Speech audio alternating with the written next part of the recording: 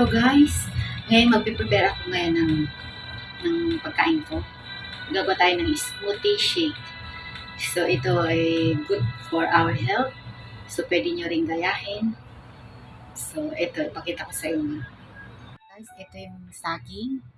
Tapos meron akong konting watermelon, spinach, at saka meron akong cereal. Ito is cereal na almond cereal. Tapos meron tayong milk. Ayan.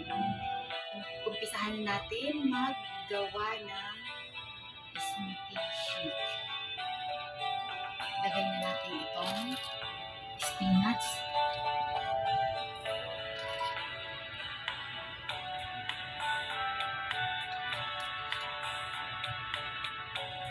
Watermelon.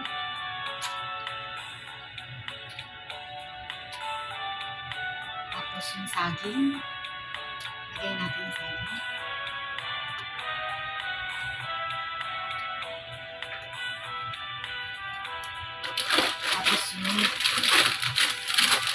Tapos yung cereal. Actually, yung cereal, hindi natin kailangan maraming cereal. Sakto lang ilalagay natin yung cereal.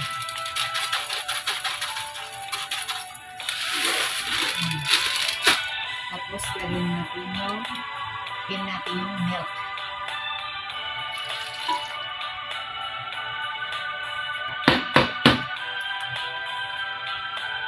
So, start na natin.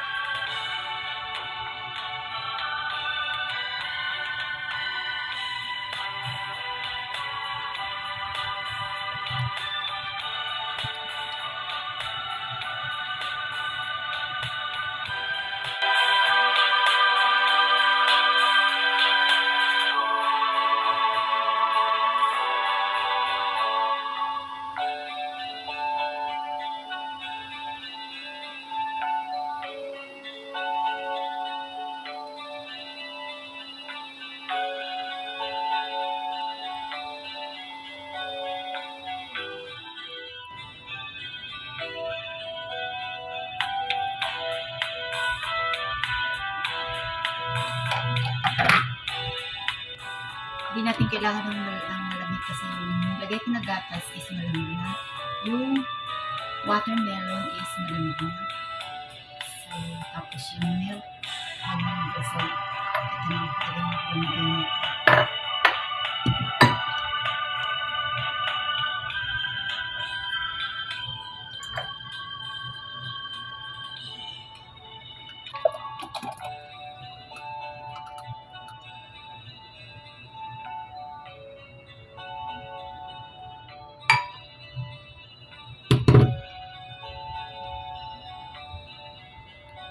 So, tikman na natin ang ating nagawa.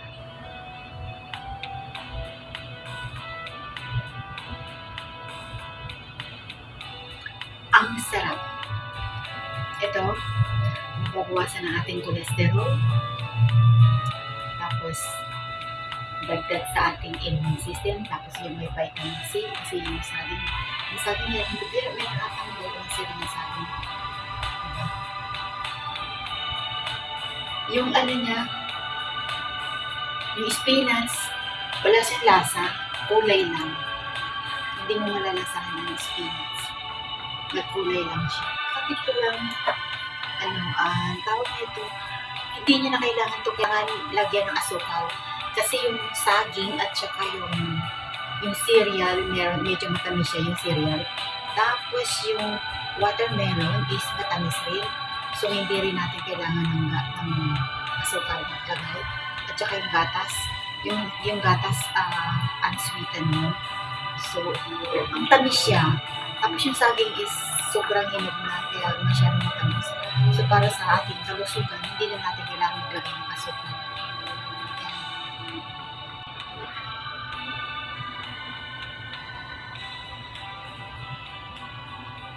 Ang sarap, guys. Try nyo na, gayahin nyo na para sa ating kalusugan.